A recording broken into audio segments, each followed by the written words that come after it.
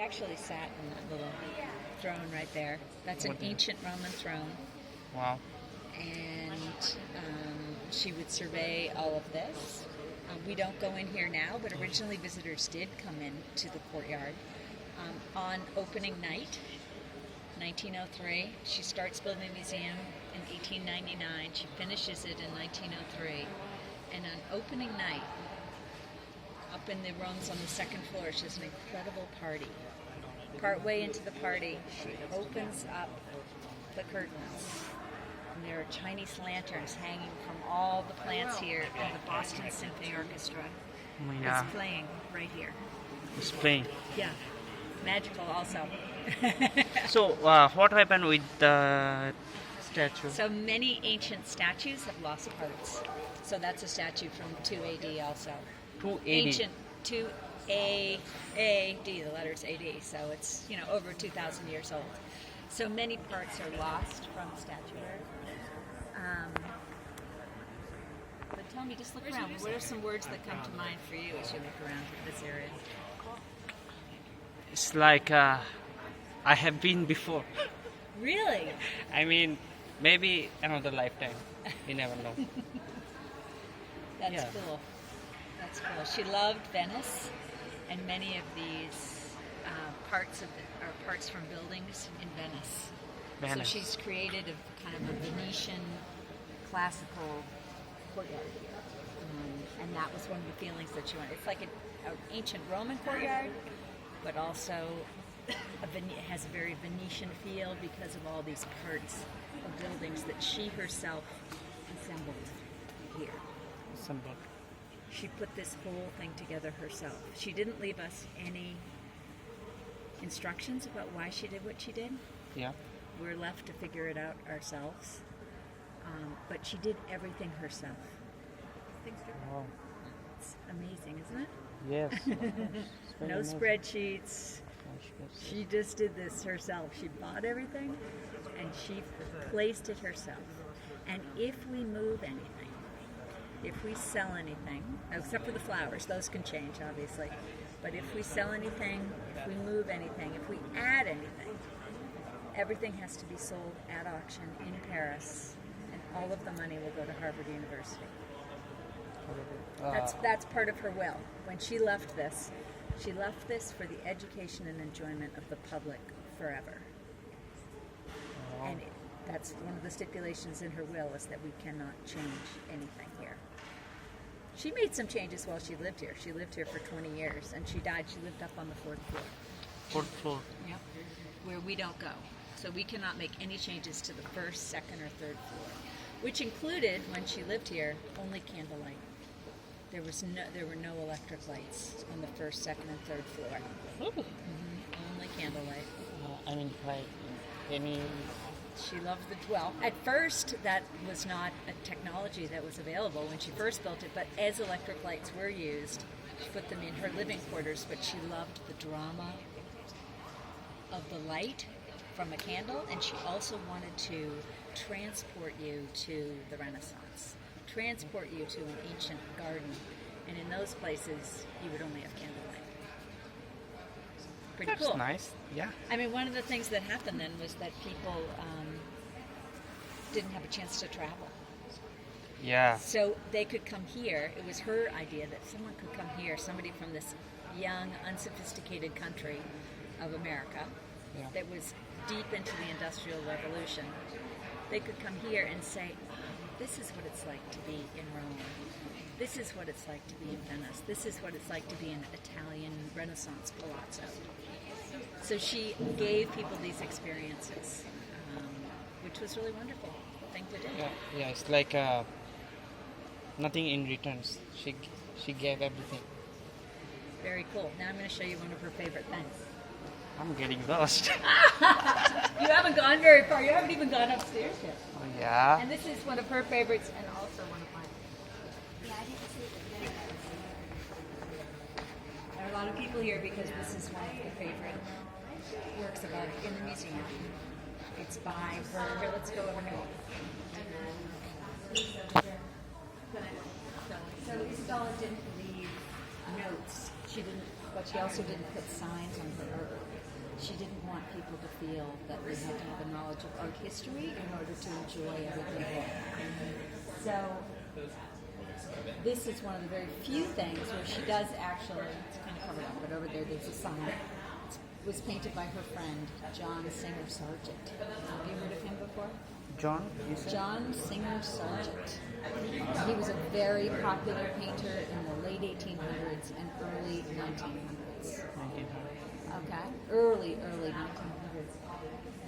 Painted this painting when he was in Spain. He had been studying art in Paris. His instructor said, go to Spain. He goes to Spain in 1879.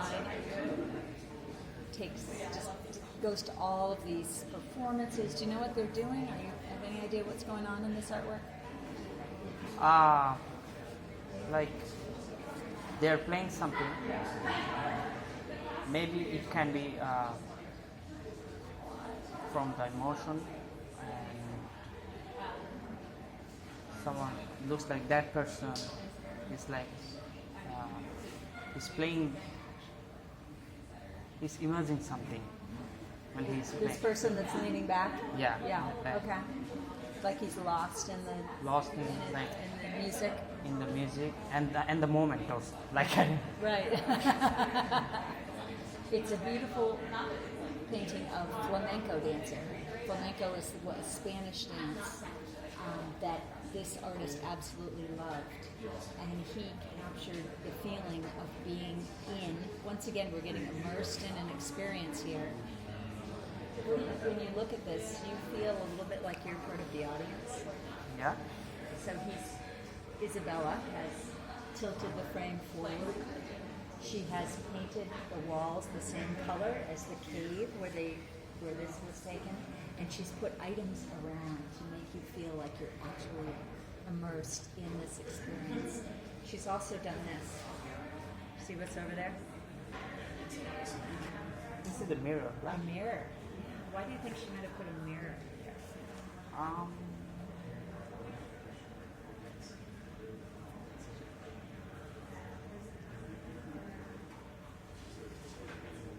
Try to imagine the space without a mirror.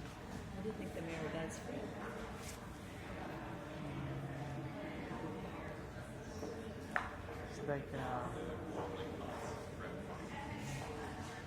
It's like a game. Just a picture with a flash. It's like it's opened up this experience for you. It's made you feel even more like you're part of it. It almost gives it a three-dimensional feeling to me.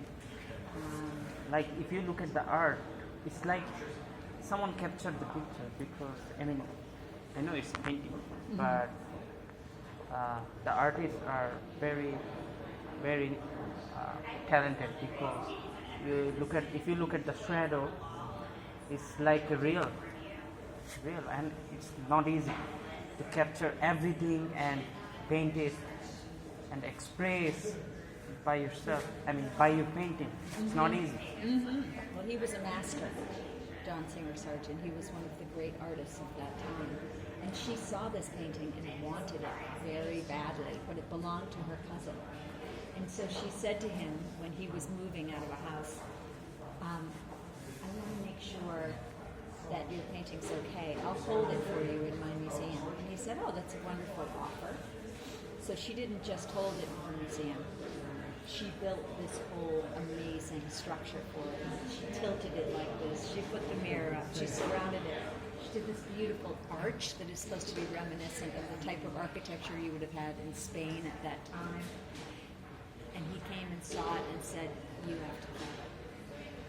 And then John Singer Sargent came and saw what she'd done and gave her all the sketches that he had done for her. And in 1914, when she acquired this, you would have walked in the museum from over here. That was the old doorway. This was one of the first things. And you would have said, wow, I'm in for something amazing. Just like you felt when you saw the courtyard. Yeah. So let's go upstairs and look a little bit further.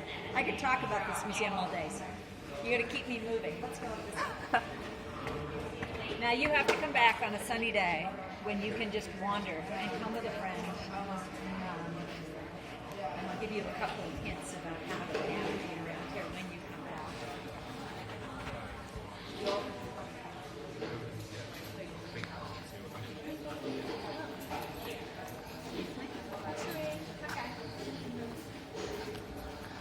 I always heard about from the people like museum is the boring place, but I can't believe how they can say. I would never agree with that.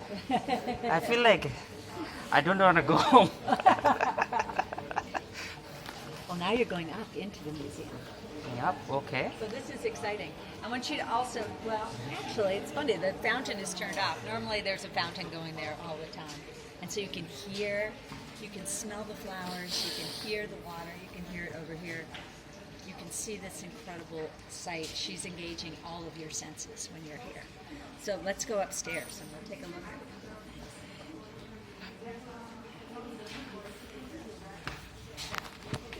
I come here all the time. I was here this morning, I went home, I'm back again this afternoon. I see something new every time. Museum is always new.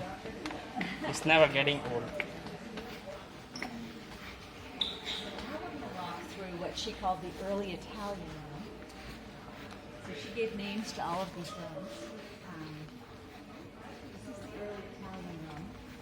Very early Renaissance, medieval artwork. Kind of dark in this room, and now we're going into the Raphael.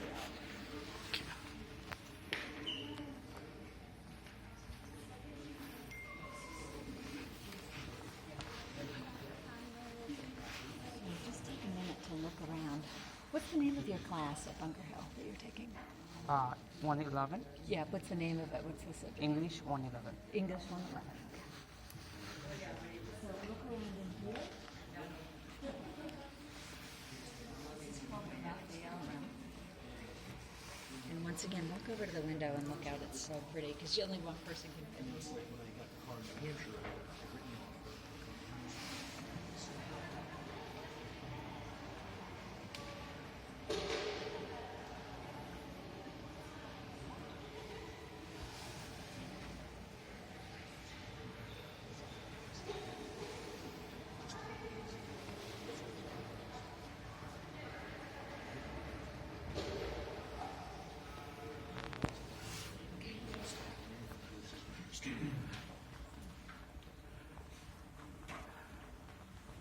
So once again, she has arranged everything in this room. She calls this the Raphael room because she acquires the first Raphael, the Renaissance master in the United States. She has the first one in the United States, which is incredible. This is Count Tommaso. I could look at him for hours and hours. And this is another Raphael down here. So this one was painted by him, right? Also by Raphael, yes. Many people consider him to be the greatest Artist. Renaissance okay. master. And Master. after him, the people who look to him later are Michelangelo and Leonardo. But this Raphaels are amazing. But I want you to come over here for a second. Okay, no problem. One of the things, I want you to take a look at this one. Another Renaissance painting. Painted Wow. in 1470. And one of the things that Isabella asks us to do is to look really closely. Like But don't touch the chair. No, we no, can't no. touch anything. no, don't touch. Okay. Yeah. So it look like they add something on the painting. Yes. I mean, And that artist is known for that technique.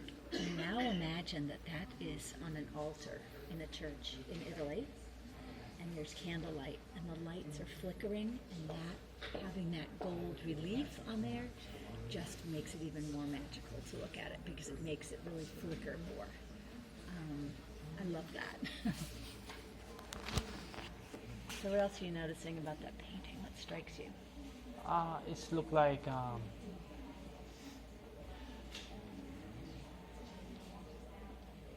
guy looks like a army. A what? So it looks like army Army? Yeah. with so sword. because you see the sword up there, right? Yeah. Anything else it's you notice? it's dragon. Yeah. So here's a perfect example. So if you were to just walk through this museum and you just walked by, you might see that guy and you might see that, but you looked a little bit longer, you looked a little bit more closely, and you noticed the dragon over at the side. Anything else you're noticing now that you're looking a little more closely?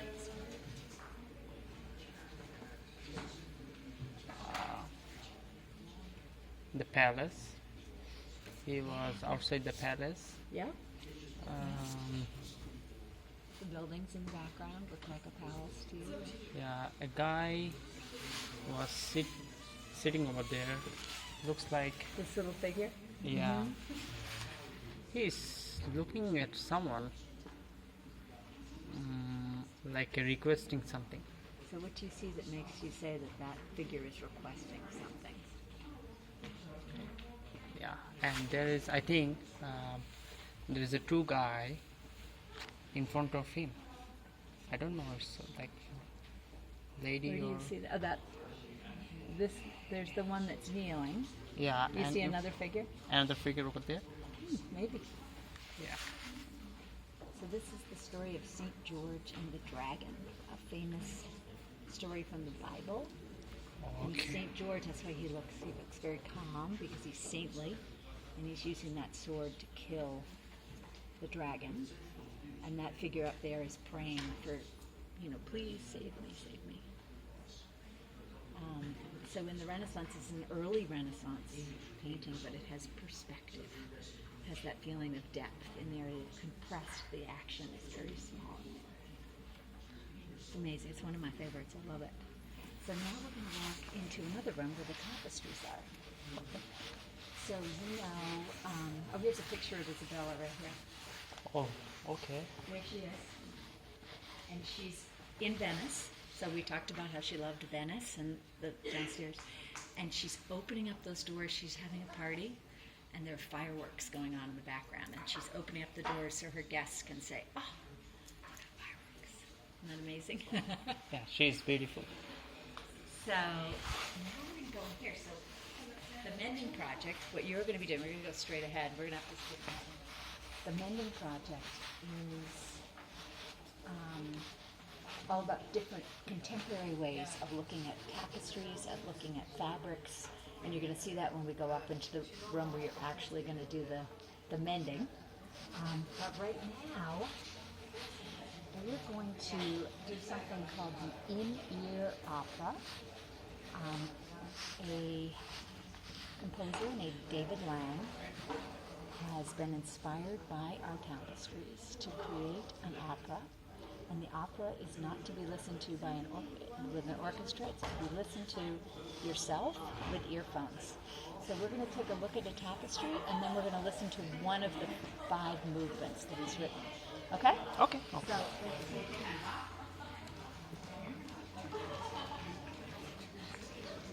so it's called True Pearl. So I think we just, maybe she's going to help. Hey there. Hello. So this is a student from Bunker Hill who's going to be here doing the mending project. And so we're both going to just listen. We're going to look at number 2 and listen to number 2. Number 2, all right. So, yep, just tap on whatever number you want and just Okay. hit play. Okay, that's easy enough. There you go. And there's number 2. We're looking at this one right here. Yep, So, that's the closest one. okay, so Oops, that's before all you, stuck. You're all tangled. yeah, before you listen, I'd like you to just take a look at the tapestry first, and then we'll do the listening. Okay? There you go. Thank you. Thank you. So this one right here. Okay. So take a look at this tapestry. So this is a tapestry that was woven in Belgium. Belgium. Yeah, so it's a Flemish tapestry. It was done between 1530 and 1550, and it tells an ancient story. So in the Renaissance, the artists were not just painting or making tapestries, making artworks about stories, Christian stories, a story from the Bible. They were also looking to the ancient world. And this is a story that was written by an ancient writer named Herodotus. And he's talking about one of the kings of Persia, whose name is Cyrus. This is Cyrus right here. And Okay. Cyrus is receiving a message in a hare or a rabbit right there. Rabbit. Okay. And it's being brought to him as a secret kind of a message. And so look all around this tapestry and tell me what you think about it.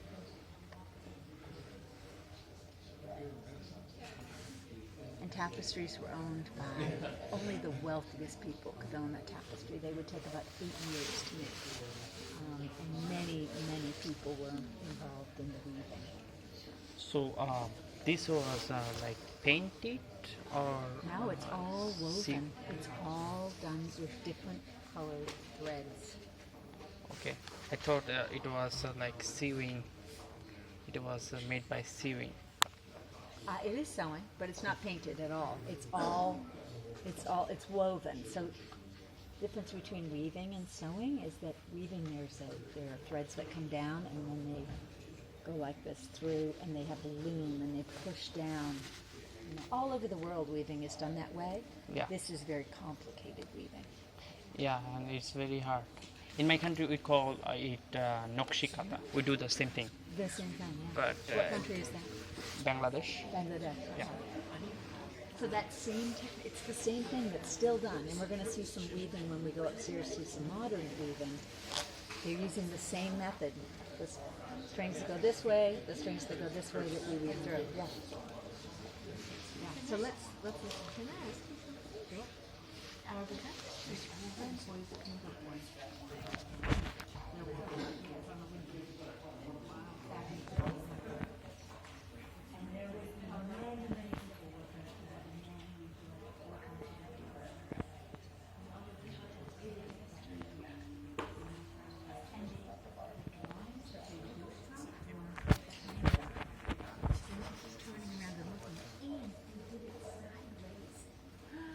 So it was turned this way when they were doing it. It's amazing.